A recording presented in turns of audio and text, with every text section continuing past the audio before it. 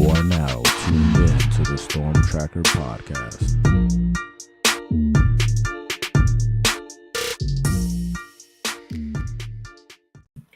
Welcome back, family, to the Storm Tracker podcast. I'm Marcus Benjamin, chilling with my guy Frank Tucker, representing the Crib, South Florida. This is our weekly podcast at the Crib, where we talk Miami Hurricanes football and recruiting. Make sure you subscribe to this podcast on all platforms. Also, subscribe to the website, canescounty.com, for free. Use the promo code Miami30.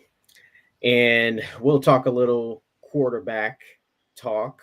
And now that, Miami has added Reese Poffenbarger to the roster. And, we'll also just kind of talk about the transfer portal in general. But first, I want to talk about the big news of this week, which in college football kind of shook the college football world, is Nick Saban calling it quits, man. The GOAT is retiring from coaching college football. And when I first heard the news, I was somewhat shocked myself, because, they had a pretty decent season. And you could argue that this was probably one of his best coaching jobs of the year, considering everything that was kind of going on. Milroe, the quarterback, was kind of going through some growing pains, I guess you could say, as a quarterback, but they were able to still end a 29-game winning streak of Georgia and get to the college football playoff and almost beat the eventual national champion. So they were basically an overtime away from getting back to the championship game and also winning it all.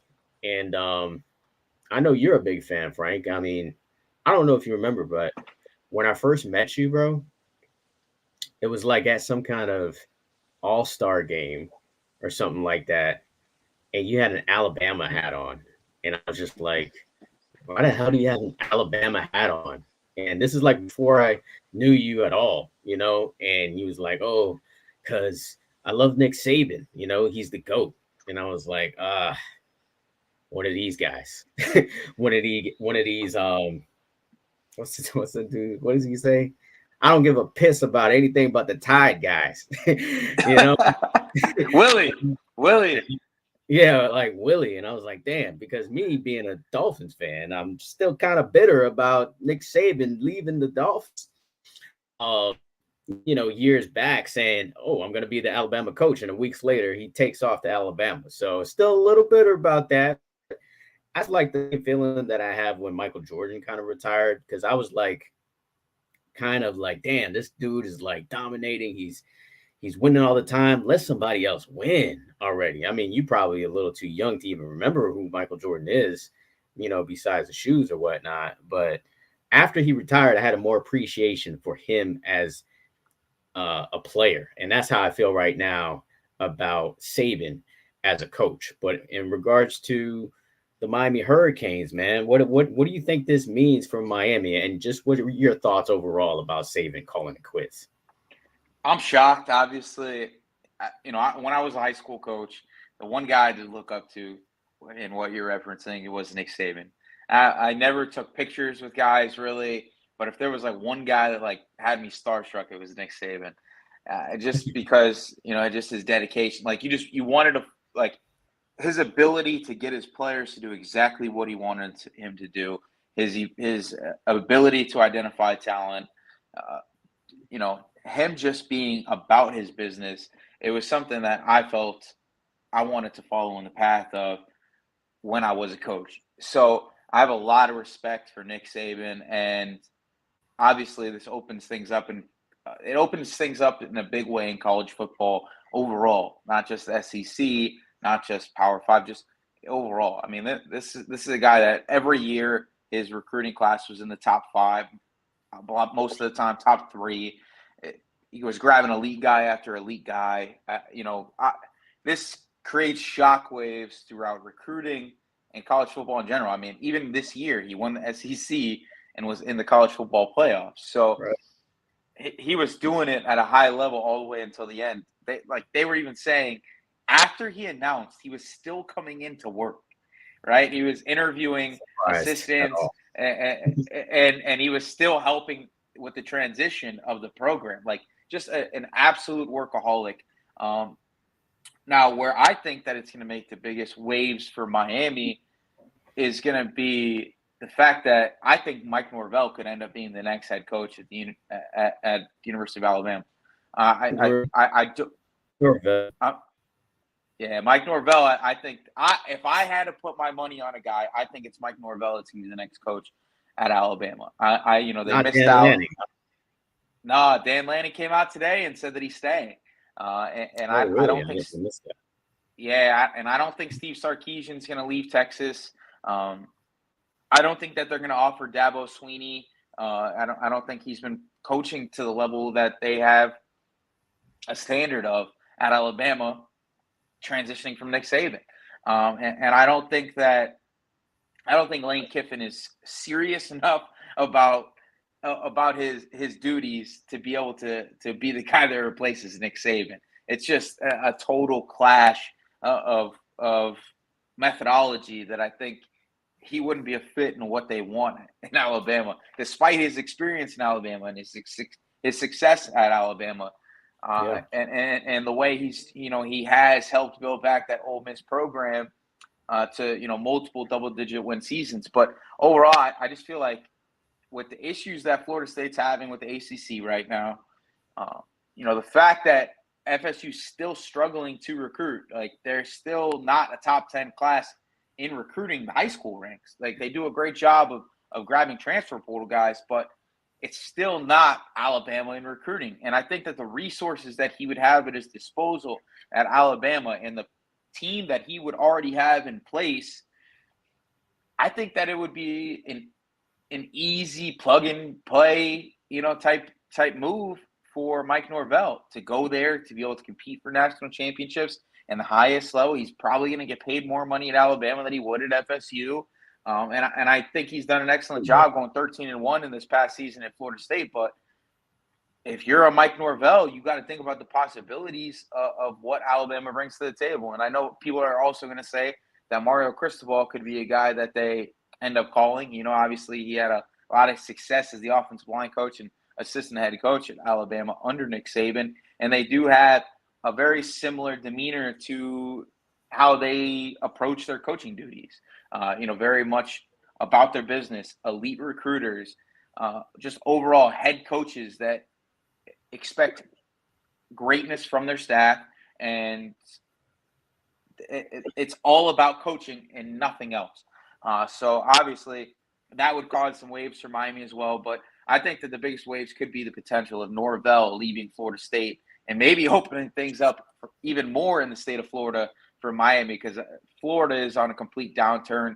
UCF never really lived up to the potential of what it could be. They're doing okay right now, but that transition to Power 5 has been slower than realized. And I think that Miami could end up being the top dog in the state if things end up shifting the right way.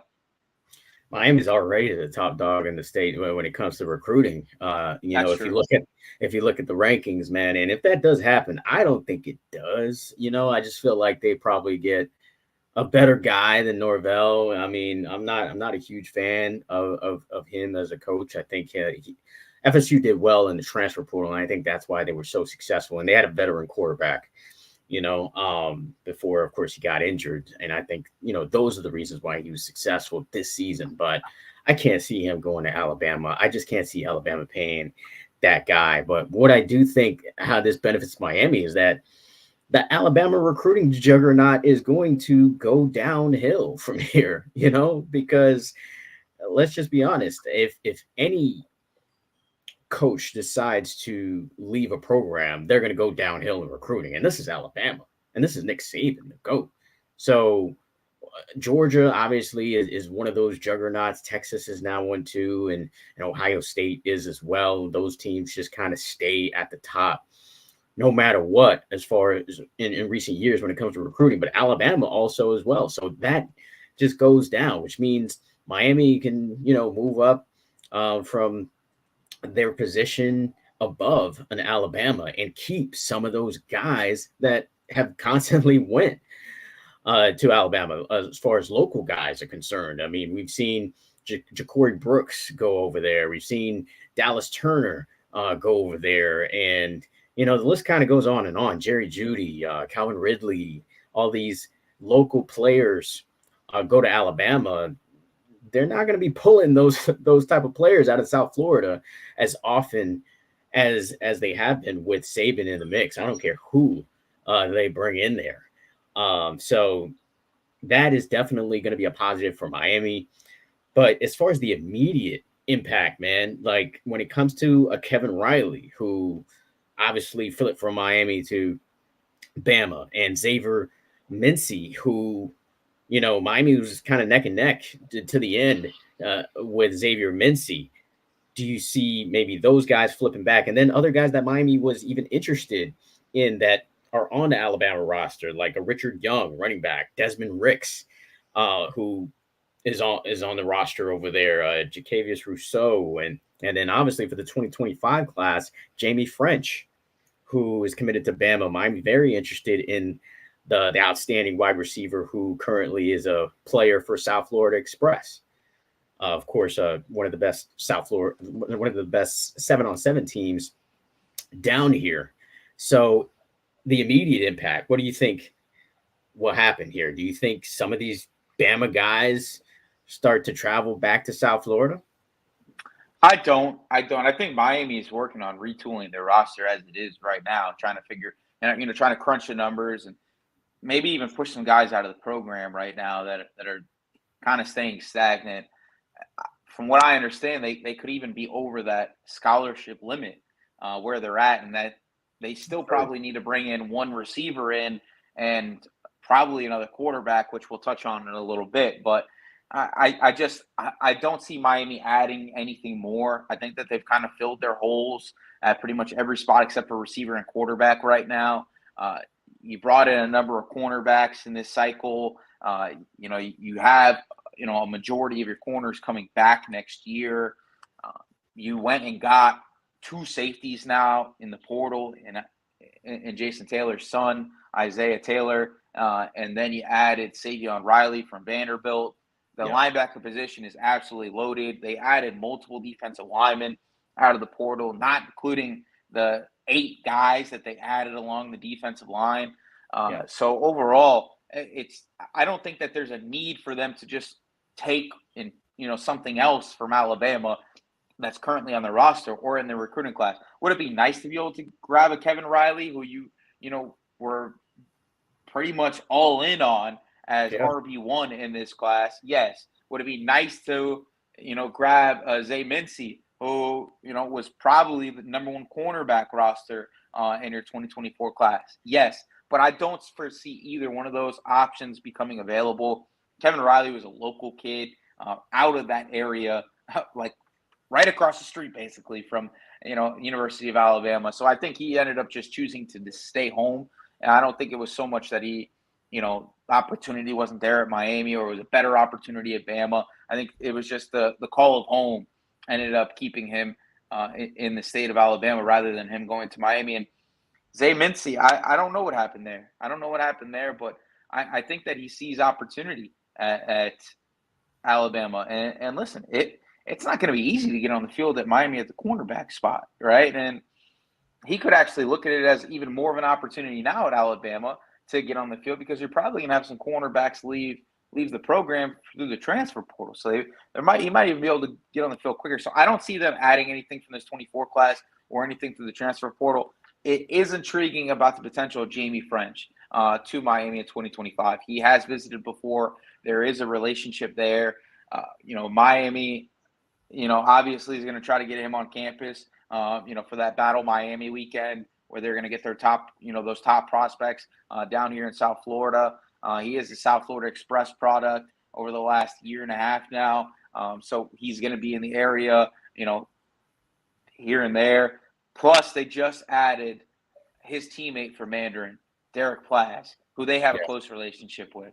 And obviously, you're recruiting, his teammate, in my opinion, the number 1 safety in the country for Mandarin as well. So there could be a little bit of a Mandarin pipeline there. And I do like the potential of where things are at with Jamie French. Would I like to see them go after Orion Williams? That would be a beautiful thing in my eyes, right? Because that would fill that receiver spot that you're trying to find in the transfer portal, right? He would be a guy who was the number one receiver in the country in 2025 and a top 5 receiver in 2024 as a reclass kid. You could probably plug and play him with a JoJo Trader or a Chance Robinson as guys that can play that outside receiver spot almost right away at the University of Miami. But I do think he ends up probably going to like an Auburn rather than, coming to Miami. But that would be my dream. But I don't foresee them adding anything else.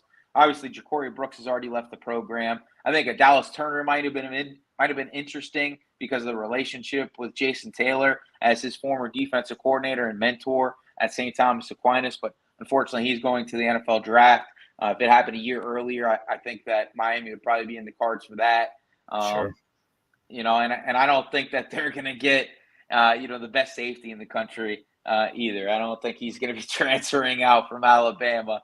That superstar freshman over there that is probably going to end up being a top 5 pick at the safety position. So overall, I think Miami's probably just kind of looking towards the future and poaching Alabama targets.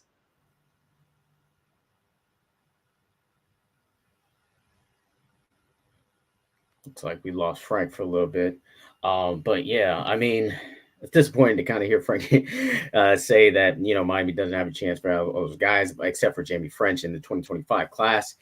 Definitely excited for Miami's pursuit of that wide receiver going forward. But besides that, I do want to kind of talk about the quarterback situation where Miami did end up with transfer quarterback Reese Poffenbarger from Albany, the juggernaut that is Albany.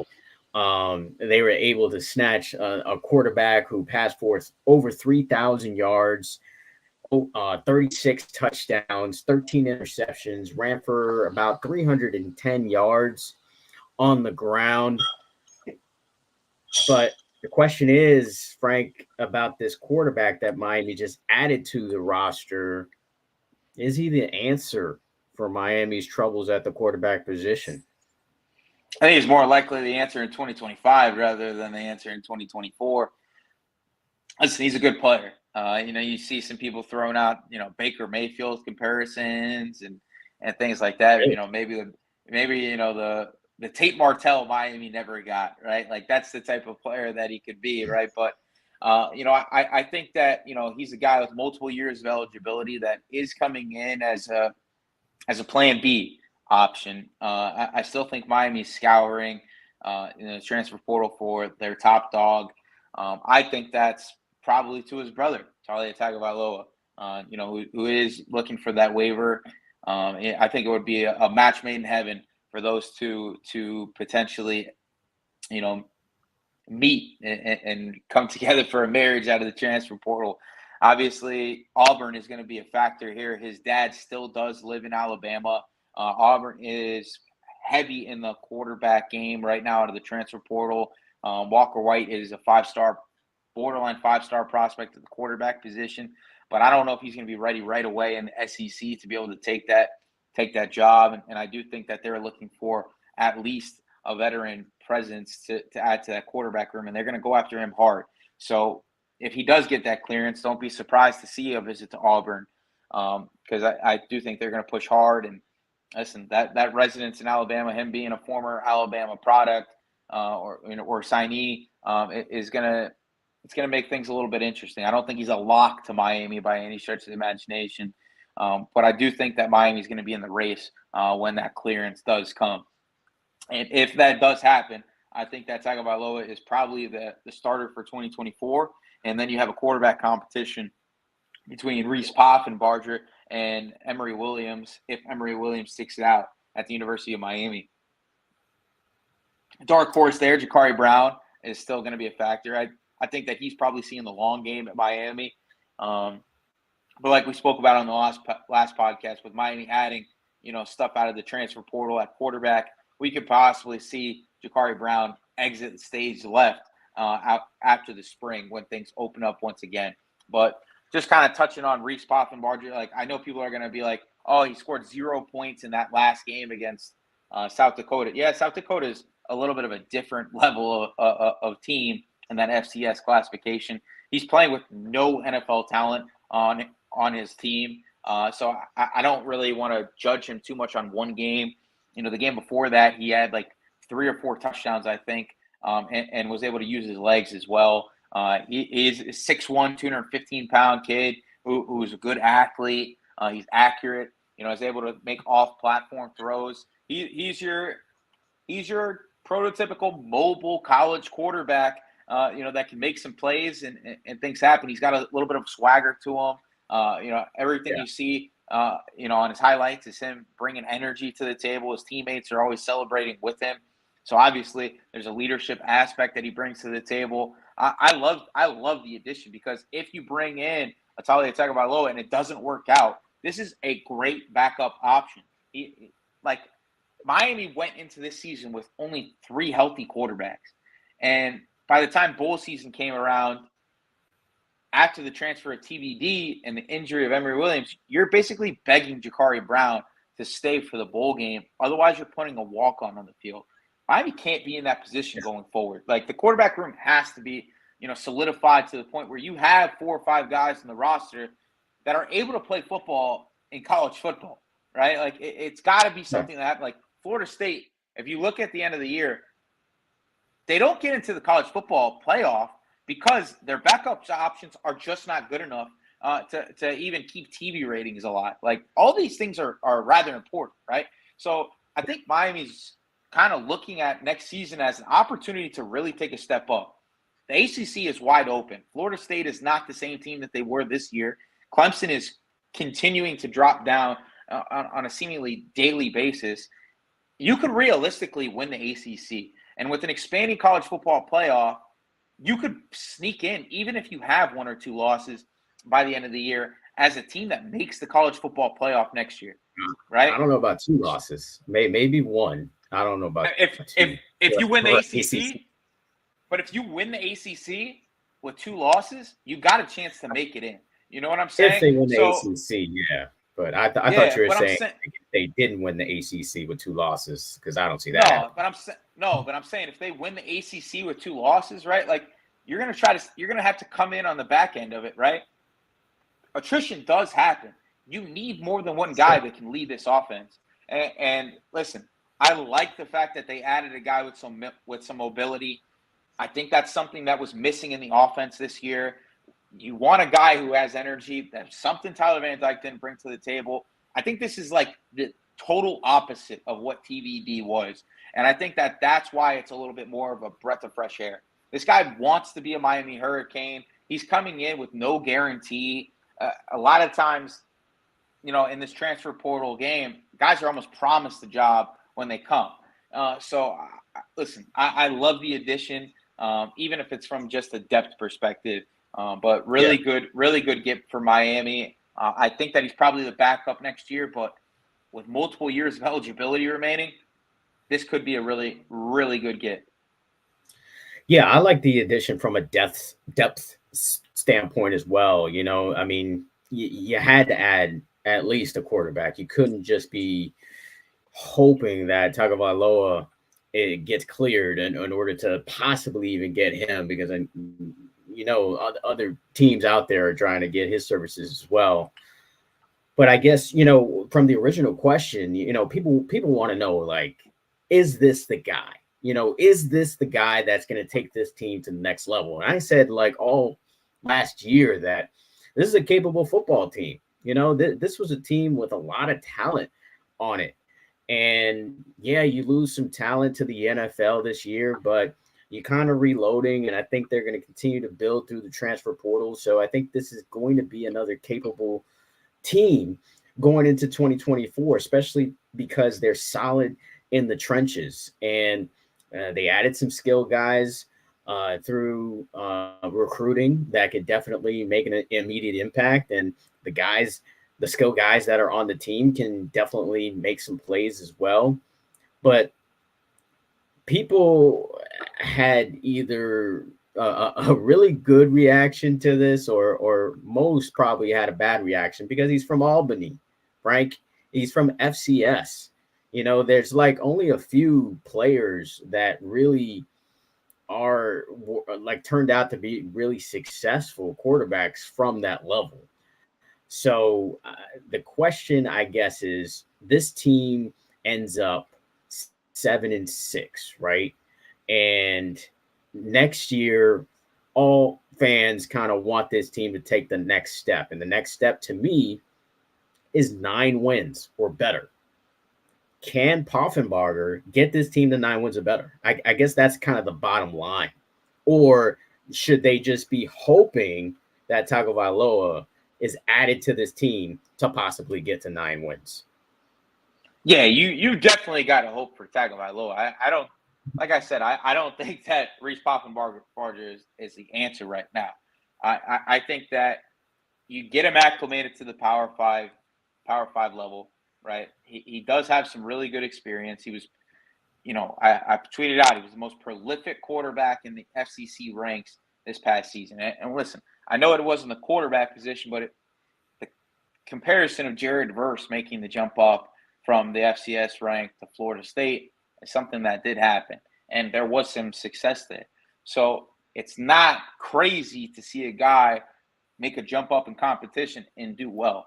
I think that Shannon Dawson's offense, which I think that it's going to show more and more this year that it's Shannon Dawson's offense and not so much what Mario Cristobal wants in regarding to the power spread, is going to shine through a little bit more, especially with the running threat of a quarterback. So I don't think that it's going to be such a crazy transition to where like we're going to be 7-6 again with Reef Prosson with Poffenbarger. I think that he could lead Miami to 9 wins just because I think the team around him is good enough to help Miami lead them to 9 wins. Miami could have won 9 games this year realistically if you take just a few plays away.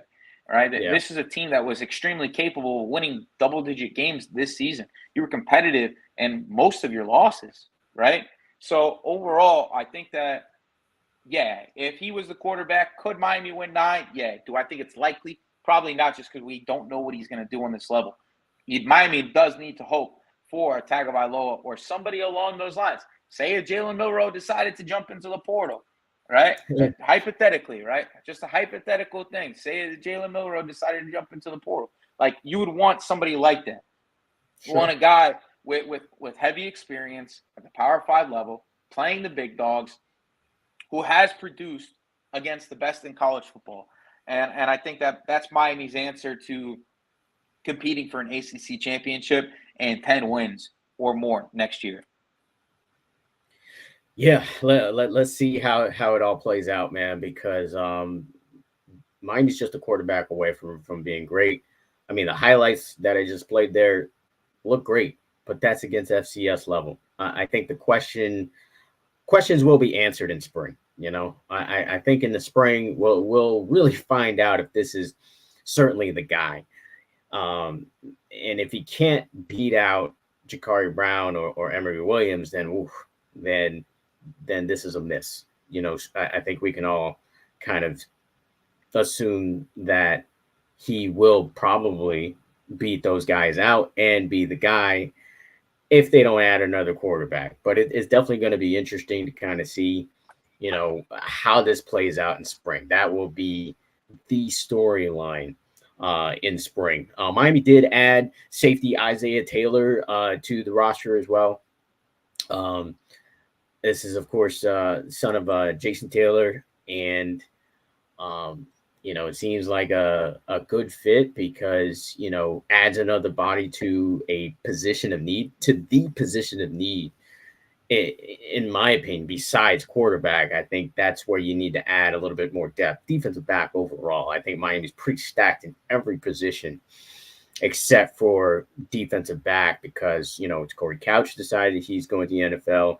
You're going to lose Jaden Davis. And so you got Damari Brown, you got Jadias Richard, and you got Daryl Porter as your for sure guys. That will likely contribute next year as long as they're on the roster. So your thoughts on them adding Isaiah Taylor via the transfer portal? It's a good depth addition. I know people are going to scream nepotism and, why are they adding a guy like Isaiah Taylor? But he did play for an Arizona team that was pretty good this season. And he was a guy coming out of high school that played at St. Thomas Aquinas, had, a pretty decent offer list if you go take a look at it, that included some Power 5 schools that are doing really well right now. And, 5'11", 200 pounds, is a strong safety type player that played free safety in the box and at nickel at an almost equal level this past season for Arizona. And the year before was a 70 grade in pass coverage, meaning that he's capable in that regard. I think that he's going to help Miami more at that nickel spot or as like an overhang type backer a little bit more than he would as a free safety. I think he's a solid depth addition, especially as you get Zaquan Patterson acclimated to potentially, starting to run with Saban Riley, who I think is probably going to be the starting free safety next year. But overall, I think it's a good addition. You need depth at that spot. Markeith Williams and Jaden Harris, while are really good potential players, haven't shown that they can be the guy just yet. Zaquan Patterson is a 5-star, but he's coming in as a true freshman. Saban Riley, I think that he's probably the answer at free safety, like I said. Isaiah Thomas, we haven't seen him play football in basically 2 years. He's going to need probably a mango year and a lot of rehabilitation at the University of Miami with a solid doctor base underneath him at UM. And then Dylan Day. What is Dylan Day? Is he a nickel? Is he a safety? He has really good length at around 6'2", 175, 180 pounds. Who showed some ball skills, but what is his position going to be? What is OJ Frederick from St. Thomas Aquinas? Is he a corner? Or is he a 6'2", 175, 180 pound, 190 pound if he gets in a college weight training program and it works out early, of being a safety at the University of Miami? So overall, you got a lot of questions at that spot, and Isaiah Taylor kind of helps ease those questions and answer some of them, or kind of push those problems a little bit further down the road. I like the addition. I think it was much needed, and it's a guy that wants to be at Miami rather than needs to be in Miami. Yeah, definitely. You also have players like Demetrius Freeney that are going to be in the mix. Robert Stafford still on the roster. And I feel like I'm missing a guy. Caleb Spencer is the other player as well. If we ever see him at sea, he might end up being a linebacker. That guy, he might end up being a backer. He might end up being a backer. So that's one that's built like a linebacker for sure, but that linebacker room is already pretty deep, though, right? Yeah, it is. But hey, and we've seen athletic backers with decent length and some coverage chops end up transitioning into the box and doing really well in college football. So I think he could be a guy to just watch it. That, like, very similar to what I said with Isaiah Taylor, kind of like an overhang backer. He's very much a strong safety type guy. So, we're going to see it. We're going to see that. It's not a heavy room in regards to cover guys. Like, you got like three guys that can truly fill that free safety spot right now. Obviously, Richard and Damari Brown are 2 guys you can watch that they could get reps in the spring at safety just in case. Like, they know what they're doing at corner in this scheme. Obviously, they had solid redshirt freshman and freshman campaigns. Overall, I think that they're going to probably cross-train at least a couple guys, like you said, a Robert Stafford, maybe Demetrius Freeney if he makes it out of the spring on this roster. Overall, like, they're going to have to cross-train some guys to play that free safety spot because right now there aren't many, and I think Isaiah Taylor helps with that as well. Absolutely. One other guy I'm not sure if I mentioned or not, but Ryan Mack, who was outstanding at the UA All-America game, could make some noise as well in that DB room. But spring is going to be interesting at that particular position, defensive back and quarterback. Those are the 2 positions to really watch coming up in spring. I know we're weeks away from that, but never too early to talk about it. But that's going to wrap it up for the Storm Tracker podcast. Make sure you subscribe to CanesCounty.com for free. Use the promo code Miami30. And also subscribe to this podcast on all platforms. Also subscribe to this YouTube channel live from Canes County. Until the next episode.